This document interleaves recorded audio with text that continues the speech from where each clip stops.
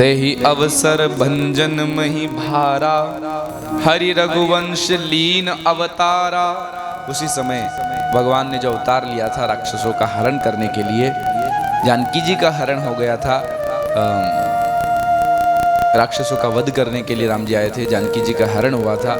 तो राम जी जानकी जी को ढूंढते हुए वृक्षों से पूछ रहे थे, हे खग मृग हे मधुकर श्रेणी, तुम देखी सीता मृग नैनी। हे खग मृग, हे पशु पक्षियों से भगवान राम पूछते हैं कि आपने जानकी को देखा, आपने सीता को देखा, तुम देखी सीता मृग नैनी, मृग नैनी जानकी को देखा। कभी वृक्षों से पूछते, हा गुण खानी जानकी सीता, रूपशील व्रत नेम पुनीता। हे गुणों की खान, हे गुणों की खान सीता कहाँ हो, हा गुण खान जानकी सीता, रूपशील व्रत नेम पुनीता, व्रत रखने वाली, नियम रखने वाली, पुनीता अर्थात पवित्रता से रहने वाली, शील का पालन करने वाली, हे सीता तुम कहाँ हो। जब राम जी ऐसे रोते हुए ढूंढ रहे थे, भोलेनाथ ने देखा कि वाह, जिनकी कथा सुनी उनके दर्शन हो रहे हैं, तो भोलेनाथ ने इसे प्रणाम किया, जय हो मेरे नाथ, जय हो। अब भोलेनाथ को प्रणाम करते देखा तो सती माता सोचने लगी, आज मेरे बाबा को हो क्या गया, मेरे स्वामी को हो क्या गया। वहां गए आश्रम में तो उस महात्मा के वहां 9 दिन बैठकर कथा सुनी, जो महात्मा खुद इनको प्रणाम कर रहा था, उसके आश्रम में तो बैठकर कथा सुनी। और यहाँ ये बच्चा कोई अपनी पत्नी की याद में रो रहा है, राजकुमार, ये इनको प्रणाम कर रहे हैं, ये मेरे बाबा को क्या हो गया। तो भोलेनाथ ने कहा, देवी ये राम लला सरकार है, जिनकी कथा हम सुनकर आए हैं, ये वही राम जी है, इनको प्रणाम करो। सती माता ने कहा, नहीं मैं नहीं मानने वाली, क्या ये भगवान है, अरे ये कोई राजकुमार है, अपनी पत्नी की याद में रो रहा है। भोलेनाथ ने खूब समझाया, देवी नहीं ये भगवान है, नहीं ये भगवान है, देवी ये भगवान है। पर सती माता नहीं मानी। इन देवियों को भगवान तक नहीं मना पाते हो, आपकी बात नहीं हो रही। भोलेनाथ ने खूब समझाया कि ये भगवान है, प्रणाम कर लो, भगवान है, नहीं मानी। अगर भगवान है तो मैं इनकी परीक्षा लूंगी। अच्छा एक बात और याद आई, भोलेनाथ ने दूर से प्रणाम किया, पास में नहीं गए, दूर से ही, दूर बरी लोचन सब सिंधु निहारी, कुसमय जानी न कीनी चिनारी, कुसमय जान करके कि ये समय अच्छा नहीं, पास में जाना नहीं चाहिए, पास में भोलेनाथ नहीं गए, और दूर से ही जय सच्चिदानंद जग पावन, अस कही चले मनोज न सावन, ऐसा कहकर चल दिए। पत्नी को भी समझाया सती माता को, जासु कथा कुंभज ऋषि गाई, भक्ति जासु में मुनि ही सुनाई, सोई मम इष्ट देव रघुबीरा, सेवत जाहि सदा मुनि धीरा। ये वही मेरे इष्ट देवता, प्रणाम करो। भोलेनाथ जब इतने पास से जा रहे थे तो पास में जाकर के पैर क्यों नहीं छुए हैं, प्रणाम क्यों नहीं किया, दूर से हाथ क्यों जोड़ लिए, है ना, प्रश्न है ना। हमारे महात्मा लोग कहते हैं कि भोलेनाथ ने देखा कि राम जी की लीला चल रही है, क्योंकि भोलेनाथ जानते हैं ना राम जी रो सकते हैं ना जानकी खो सकती है, ये केवल एक लीला है। मर्त्यावतार इह मर्त्य शिक्षणम, क्या रावण की हिम्मत जो जानकी जी को छूकर दिखा दे, शक्ति है वो, क्या हिम्मत की वो उनकी ओर नजर उठाकर देख ले। लेकिन आज रावण चुरा कर चला गया जानकी जी को, और राम जी वन वन भटक रहे हैं, बिलख रहे हैं, रो रहे हैं, रो नहीं रहे हैं, ये रोने का एक मंचन कर रहे हैं, एक लीला कर रहे हैं। आप सोचो आपके वहां रामलीला का मंचन हो, और रामलीला में आपके ही गांव का कोई व्यक्ति किसी पात्र को निभा रहा हो, कोई रोल अभिनय कर रहा हो, और उसका रोल इतना बढ़िया होता है कि आप खुश हो जाते हो, वाह क्या बढ़िया, क्या बढ़िया। तो दूर से आप कहो क्या बढ़िया, बहुत बढ़िया, ठीक है, पर आप इतने खुश हो गए कि उसने बहुत अच्छा मंचन किया, और आप सीढ़ी चढ़कर गए मंच पर और उसको कहा ये माइक हटा, बहुत बढ़िया, और ऐसे पीठ ठपकारने लग जाओ, उसको शाबाशी देने लग जाओ। तो आपने तो शाबाशी दी, पर उसका मंचन बिगड़ जाएगा कि नहीं। अरे तुझे शाबाशी देना थी तो बाद में दे देता, मेरे बड़े मंच पर जहाँ लोग पब्लिक सब देख रहे हैं, तो यहाँ आकर मुझे धन्यवाद शाबाशी दे रहा है। उसका खेल, उसका अभिनय बिगड़ेगा कि नहीं। इसलिए भोलेनाथ ने कहा अभी सरकार का अभिनय चल रहा है, अभी ये इनकी लीला चल रही है, इस लीला में बीच में व्यवधान डालना उचित नहीं। इसलिए दूर से भोलेनाथ ने प्रणाम किया, चले गए, पास में इसलिए नहीं गए। एक और प्रश्न मन में उठता है, राम जी को क्या आवश्यकता थी ये लीला करने की? लीला कर रहे हैं मतलब न राम जी रोते हैं न जानकी जी खोती है, तो ये राम जी के रोने का कारण क्या था, जानकी जी के खोने का कारण क्या था, क्यों ऐसा करना पड़ा? तो हमारे महात्मा लोग कहते हैं, जैसा हमने गुरुओं से सुना है, राम किंकर जी महाराज एक अच्छे संत हुए, वो अपना भाव देते हैं। उनके ग्रंथ को मैं पढ़ रहा था तब उसमें पढ़ा मैंने। राम किंकर जी महाराज कहते हैं कि एक बार राम लला सरकार जब वन में बैठे थे, जानकी जी का श्रृंगार कर रहे थे, आगे हम कथा सुनेंगे, जयंत आया और उसकी आंख भगवान ने फोड़ी, वो प्रसंग पूरा। उस समय महात्मा लोग सामने बैठे बैठे और राम जी का सत्संग सुनने नित्य आते थे। नित्य राम जी कोई ना कोई अच्छी कथा सुनाते थे कि हमारे वशिष्ठ जी ने, हमारे गुरु जी ने ये कथा सुनाई है, ये सिखाई है। राम जी सुनाते थे, महात्मा लोग सुनते थे, रोज बढ़िया सत्संग होता था। अब एक दिन राम जी को देखा महात्माओं ने, वो जानकी जी का अपने हाथों से श्रृंगार कर रहे थे, वेणी गूंथ रहे थे। इधर देखा होगा आपने, साउथ में माताएं वेणी गूंथती है, माथे में गजरा लगाती है, तो ऐसे ही राम जी भी ऐसे गजरा लगा रहे थे जानकी जी के माथे में। अब जब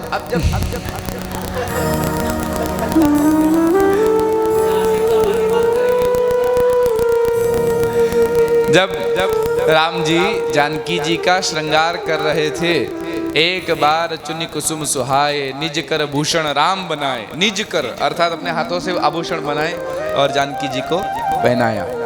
जब जानकी जी को पहनाया आभूषण, महात्माओं ने देखा, वाह हम फालतू में महात्मा बन गए। देखो गृहस्थ व्यक्ति के जीवन में कितना आनंद है, दोनों पति पत्नी कितना प्रेम से रहते हैं, कितना एक दूसरे का श्रृंगार कर रहे हैं, कितना प्रेम से रहते हैं, जंगल में भी मंगल हो रहा है। तो महात्मा जो सत्संग में आते थे, जैसे ही अपनी अपनी कुटिया में गए, जा जाकर सब चर्चा करने लगे, क्यों भाई गलती कर दी महात्मा बन के, गृहस्थ बनना था। ओ ये राजकुमार जंगल में आकर के भी कितने प्रेम से रह रहे हैं, इनकी पत्नी साथ में है। हाँ बात तो तुम्हारी ठीक है, क्या करें? बोले ऐसा करते हैं, इस सन्यास को त्यागो, गृहस्थ बन जाते हैं। तो दूसरे महात्मा ने कहा, हम इतने महात्मा दंडकारण्य वन में, इतनी पत्नियां कहाँ से मिलेगी, कौन अपनी बेटियों का विवाह हमसे करेगा? हाँ ये भी बात सही है, आजकल तो वैसे ही विवाह नहीं करते अपनी बेटी का। बोले नौकरी चाहिए और सिटी में घर होना चाहिए और उसके बाद भी माँ बाप साथ में नहीं रहते हो, ऐसा लड़का चाहिए है? आजकल महाराष्ट्र में जब हम कथा करने जाते हैं, काफी लोग हमसे मिलते हैं, विशेषकर कैलाश भाई, गुजर पटेल लोगों में तो ऐसी व्यवस्था हो गई कि साफ लड़का सिटी में हो, पक्का घर हो, भावना बेन सही ना, नौकरी भी हो और माँ बाप साथ में न रहते हो, ऐसा लड़का चाहिए। हाँ वो भी अकेला, उनके साथ भाई भी नहीं होना चाहिए, ननन भी नहीं होना चाहिए। मैं कई बार कहता हूँ अनाथ आश्रम से क्यों नहीं उठा लेते हैं? ऐसा लड़का चाहिए, जाओ अनाथ आश्रम में बहुत मिलेंगे। अरे राम कैसी मानसिकता। खैर तो मैं वर्णन कर रहा था, महात्माओं ने कहा इतनी लड़कियां हमको देगा कौन? तो एक महात्मा ने कहा, हमने अभी अभी सुना है राम जी जब अयोध्या से जनकपुर जा रहे थे ना, तो मार्ग में अहिल्या जो कि पत्थर बनकर पड़ी थी, आगे कथा आएगी, भगवान ने उसके ऊपर चरण ऐसे रखा और वो अहिल्या पत्थर से नारी बन गई। हाँ ये बात ठीक है, तो ऐसा करते हैं अपने अपने हिसाब से पत्थर चयन कर लो, उसको तराश करके स्त्री का रूप दे दो, और राम जी जब इधर जंगल में आएंगे तो कह देंगे एक एक पत्थर से पैर स्पर्श करवाते जाओ, चरण स्पर्श करवाते जाओ, एक एक पत्थर नारी बनता जाएगा, हम लोग विवाह करते जाएंगे। अब सब महात्मा लगे पत्थर फोड़ने, आए थे हरि भजन को ओटन लगे कपास। ये भगवान की माया है हो, जब ये माया माथे पर हावी होती है ना, तो अच्छा अच्छा बुद्धिमान, अच्छा अच्छा ज्ञानी बिगड़ जाता है।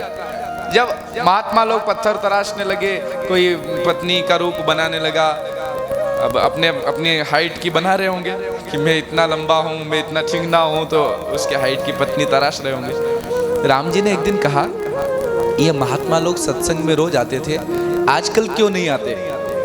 बोले महाराज सब पत्थर तराश रहे हैं। क्यों? बोले महाराज कथा का असर गड़बड़ हो गया, कथा ने गलत प्रभाव, गलत संदेश दे दिया। कैसा? बोले आपका जो वैवाहिक जीवन देखा, राम जी और जानकी जी को प्रेम से रहते देखा, तो महात्मा लोग सोचने लगे सच्चा सुख तो गृहस्थ के घर में है। ओ हो, तो महात्मा गृहस्थ बनना चाहते हैं।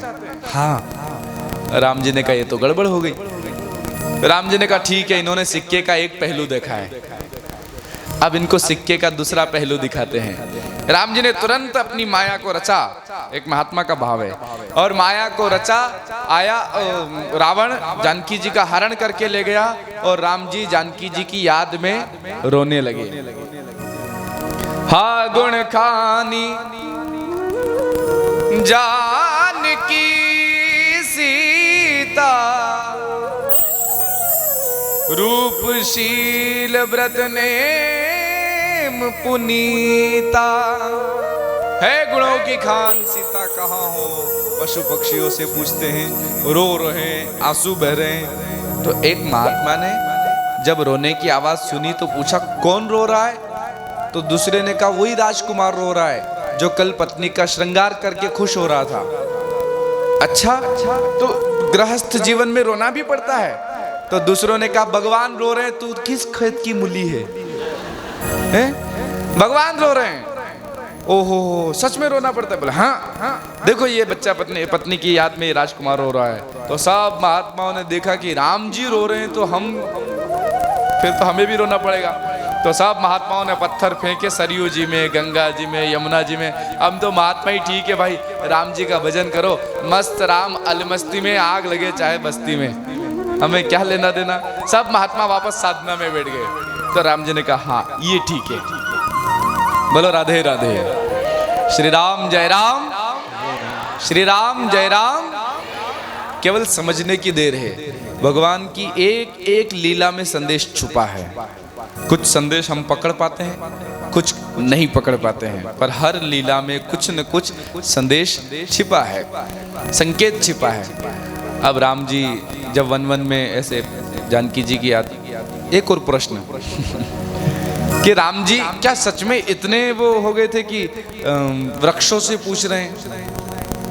पत्नी की याद में इतने भावुक हो गए थे, इतने पागल हो गए थे कि वृक्षों से पूछ रहे हैं कि हे खग मृग, हे मधुकर श्रेणी, तुम देखी सीता मृग नैनी।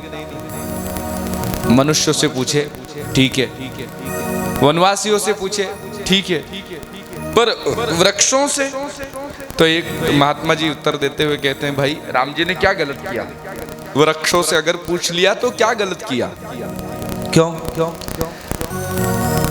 उदाहरण के तौर पर आपकी श्रीमती जी घर छोड़ करके चली जाए, आप कहीं बाहर से आए और घर में पत्नी नहीं दिखाई दे, आस पड़ोस में पूछ लो, घर में खेत में सब तरफ ढूंढ लो, मंदिर में देख लो, कथा हो रही हो वहां देख लो, फिर भी नहीं मिले तो आप पहला फोन कहाँ लगाओगे?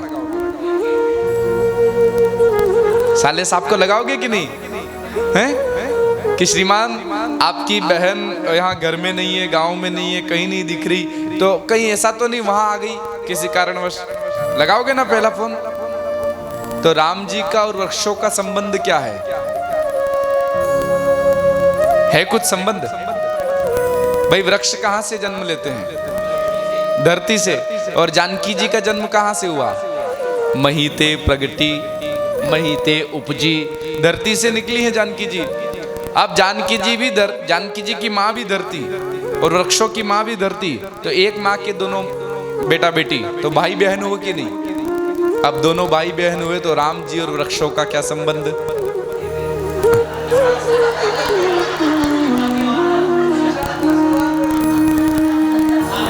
हाँ, साले साहब और जीजा साहब, है ना? जीजा साले का संबंध हुआ कि नहीं? श्री राम जय राम। तो जीजा जी ने साले साहब को पहले पूछा, हे खग मृग, हे मधुकर श्रेणी, वृक्षों से इसलिए पूछा क्योंकि साले साहब है, तो साले साहब आपको मालूम है कि आपकी बहन कहाँ गई है, इसलिए पूछा। अब भोलेनाथ ने राम जी को दूर से प्रणाम किया कि इनकी लीला में कोई व्यवधान न हो, और जाने लगे। सती माता से कहा कि तुम भी प्रणाम करो, पर सती माता नहीं मानी। और सती माता ने कहा कि यदि ये भगवान हैं तो मैं इनकी परीक्षा लूंगी। तो भोलेनाथ ने कहा नहीं देवी, भगवान की परीक्षा नहीं लेना, भगवान की प्रतीक्षा करना चाहिए, परीक्षा नहीं लेना। करो तो इंतजार करो। कैसा? शबरी माता के जैसा, शकुबाई के जैसा, चोखा मेला भगत के जैसा, बोडाणा भगत के जैसा है। इंतजार हो तो इन भक्तों के जैसा इंतजार हो। प्रतीक्षा करो, परीक्षा नहीं। लेकिन सती माता नहीं मानी, और सती माता ने कहा कि जो भी होगा लेकिन मैं परीक्षा लूंगी। तो भोलेनाथ ने कहा ठीक है, जाओ परीक्षा लेने जाओ। अब भोलेनाथ एक वट वृक्ष के नीचे बैठ गए। राम राम राम राम राम राम राम राम राम करने के लिए सती माता ने कहा स्वामी आप भी चलो, परीक्षा लेने चलते हैं। भोलेनाथ ने कहा भाई बुखार तुम्हें आया और पैरासीटामोल हम खाएं हैं? अरे बुखार तुम्हें आया है तो गोली तुम खाओ, परेशानी तुम्हें है तो भगवान की परीक्षा तुम लो, हम क्यों ले? तो मतलब आप नहीं चलोगे? भोलेनाथ ने कहा नहीं नहीं तुम ही जाओ। तो भोलेनाथ वट वृक्ष के नीचे बैठ गए और सती माता गई, और जा करके जहां राम जी जिस मार्ग से जा रहे थे, आगे आगे राम और पीछे पीछे लक्ष्मण। उसी समय सती माता ने विचार किया कैसे परीक्षा लूं? हाँ, ये राजकुमार अपनी पत्नी की याद में रो रहा है, तो ऐसा करती हूं मैं इसकी पत्नी का रूप बनाती हूं, मुझे देखकर खुश हो जाएगा। अगर भगवान होंगे तो पहचान जाएंगे कि ये तो माँ भगवती सती माता है, और अगर ये भगवान नहीं है तो मुझे पत्नी मान करके आकर के गले से मिल जाएगा, खुश हो जाएगा। ऐसा विचार करके सती माता ने सीता जी का रूप बनाया। पुनि पुनि हृदय विचार करी दर सीता का रूप। अब रूप तो धारण कर लिया, नकल तो कर ली, पर अकल नहीं लगाई। नकल में भी अकल चाहिए। आगे होई चली पंथ तेहि जहि आवत नर भूप। रूप तो बना लिया सीता जी का, पर चली कहाँ? आगे हुई। वन के क्रम में, वनवास के क्रम में राम लक्ष्मण जानकी जी जब चलते थे तो कैसे चलते थे? आगे राम लखन पुनि पाछे। आगे राम जी, पीछे लक्ष्मण जी, और मध्य सीय सोहई के से सीता जी बीच में चलती थी। उभय मध्य सीय सोहई के, दोनों के बीच में जानकी जी चलती थी। आज सती माता ने रूप तो बनाया, लेकिन चली कैसे? आगे हुई चली पंथ ते ही, आगे आगे चलने लगी। अब राम जी तो देखते ही पहचान गए कि ये सीता नहीं सती माता है, और आगे आगे जब चलने लगी तो राम जी ने सती माता को प्रणाम किया, और प्रणाम करके क्या कहने लगे? जोरी पान प्रभु कीन प्रणाम। हाथ जोड़ करके, जोरी पानी, हाथ जोड़ करके जय हो, प्रणाम प्रणाम माता जी प्रणाम। लक्ष्मण जी ने देखा ये भैया को क्या हो गया है? भाभी को प्रणाम कर रहे, भाभी के आगे हाथ जोड़ रहे हैं। ये आज त्रेता युग में कलयुग कैसे आ गया? ऐसा तो कलयुग में होता है कि श्रीमान जी श्रीमती जी के आगे हाथ जोड़ते हैं? आए दिन जोड़ते ही हैं, जोड़ते हैं कि नहीं? ये श्रीमान नहीं जोड़ते होंगे, अलग बात है, बाकी कई घरों में हमने देखा है। श्री राम जय राम मुखिया जी, बाकी दिन जोड़ते हो या ना जोड़ते हो, लेकिन जीवन का एक दिन ऐसा आता है जिस दिन जरूर जोड़ते हैं। कौन सा दिन? जब दो भाइयों में बंटवारा होता है, तो उस दिन एक भाई इधर बैठ जाता है, एक भाई उधर बैठ जाता है, इसकी पत्नी इधर, उसकी पत्नी उधर, और बीच में बैठ जाती हत्या, वो बुआ जी। और वो सब बंटवारा जब करती है तो ये दोनों भाई तो कुछ नहीं बोलते, लेकिन उनकी दोनों की पत्नियां जो है ना, ये घर मैं लूंगी, ये वाला खेत मैं लूंगी, वो गाड़ी मैं लूंगी, ये फ्रिज मेरे मायके से आया था, ये वाली टीवी मेरे मायके से आई थी। दोनों जब ये मैं लूंगी वो मैं लूंगी करके लड़ने लगती है, और दोनों जब वो बिल्कुल हाथापाई पर उतर जाती है, तब वो भाई, दोनों भाइयों में से कोई भी कहता है अरे तू देवी चुप रह जा, चुप, तेरा हाथ जोड़ू, चुप।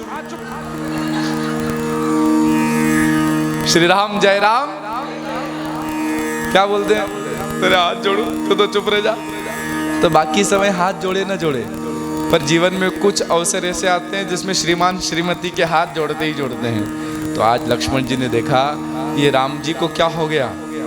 राम जी ने जैसे जोरी पान प्रभु की न प्रणामू, हाथ जोड़कर प्रणाम किया।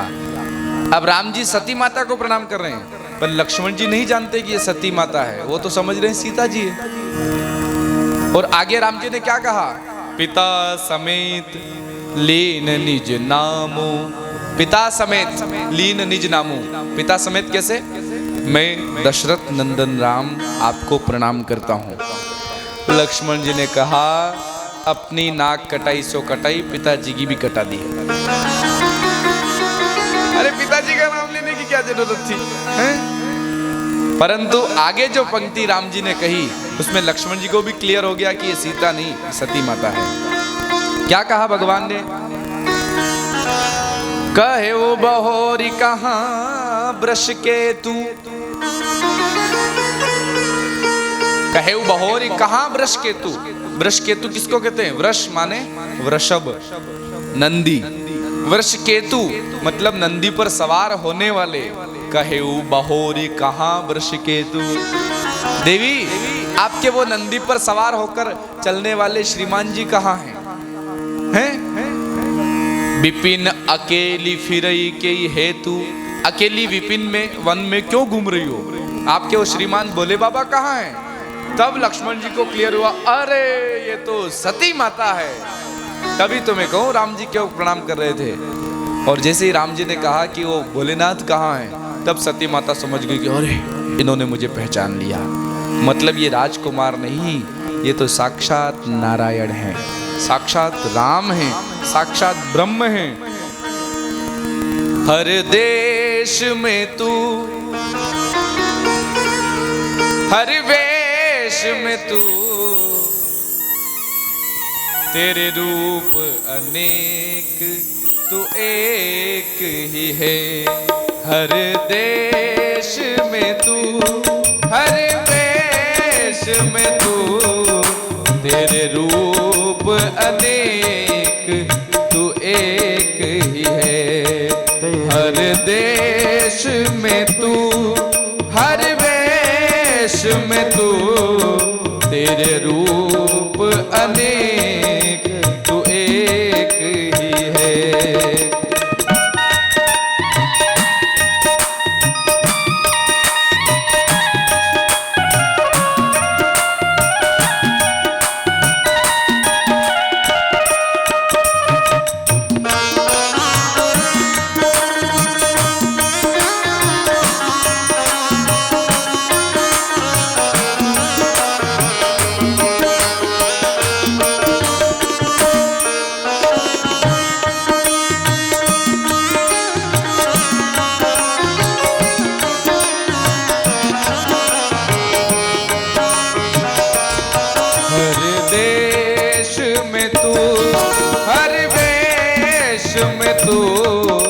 तेरे रूप अनेक तू एक ही है। तेरे रूप अनेक तू एक ही है। तेरे रूप अनेक तू एक ही है। हर देश में तू, हर वेश में तू, तेरे रूप अनेक तू एक ही है। चाहे वो राम बने, कृष्ण बने या वामन बने, भगवान अलग नहीं, वे नारायण एक ही है। आज जब सती माता को पता चला तो सती माता तो एक स्थान पर बैठ करके और देखने लगी, तो जहाँ चित्त वहीं तहाँ प्रभु आसीना। जिधर देखती उधर राम लक्ष्मण जानकी, राम लक्ष्मण जानकी, राम लक्ष्मण जानकी, राम लक्ष्मण जानकी। घबरा गई सती माता तो आंख बंद करके बैठ गई कि अब कहीं नहीं देखूंगी। और आंख बंद की तो क्या देखती है, अंदर भी वही जिसका बाहर दर्शन कर रही है। तब सती माता पुनि पुनि नाई राम पद सीसा, चली तहां जहां रहे गिरीशा। बार बार प्रणाम किया राम जी को और चल पड़ी वहां, कहां, जहाँ भोलेनाथ वट वृक्ष के नीचे बैठे थे, इंतजार कर रहे थे। अब जब सती माता भोले बाबा के पास पहुंची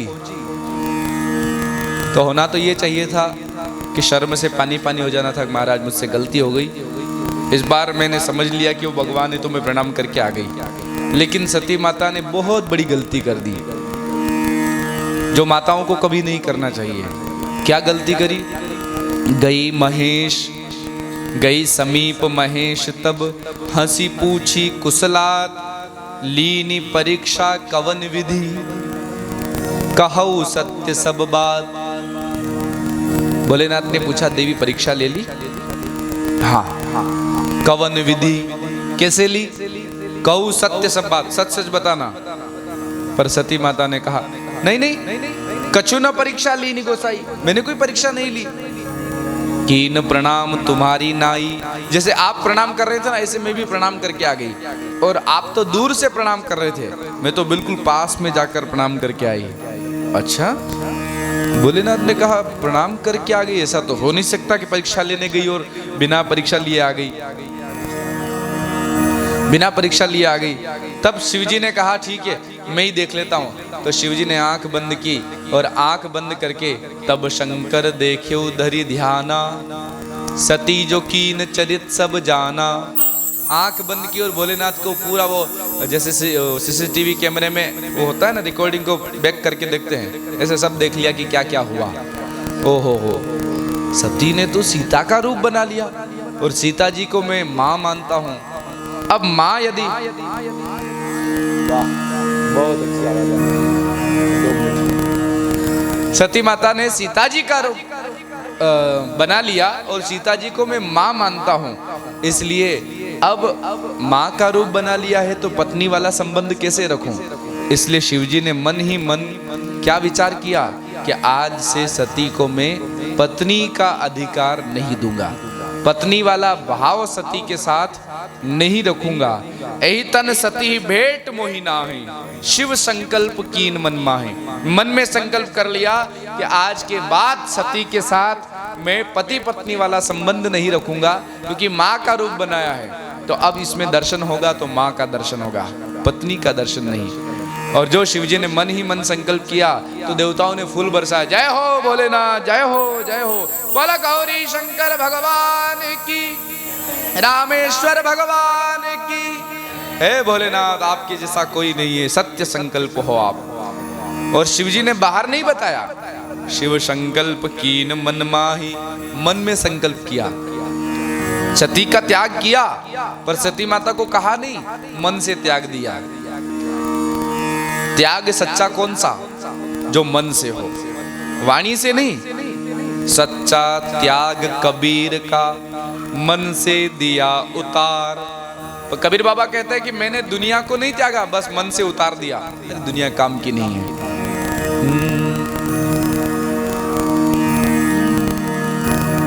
दुनिया दर्शन का है मेला, सच्चा त्याग कबीर का, मन से दिया उतार। आज भोलेनाथ ने भी मन से त्याग कर, देखो त्याग करना और त्याग का दिखावा करना दोनों में अंतर है। कई लोग त्याग करते हैं लेकिन वो त्याग दिखावे के लिए होता है। कहीं कथा चल रही थी, एक व्यक्ति मंच पर पहुंचा और वहां जाकर के 100 के नोट उड़ाने लगा, फिर 200 के उड़ाने लगा, फिर 500 के उड़ाने लगा, फिर 2-2 के उड़ाने लगा। कैसे नोट? नंद घर आनंद भयो, जय कन्हैया लाल की, जय कन्हैया लाल की, जय कन्हैया लाल की, खूब नोट उड़ा रहा था। अभी जहाँ कथा हुई पचार राजस्थान में, अंजू बेन ने तो सच में भी नोट उड़ाए।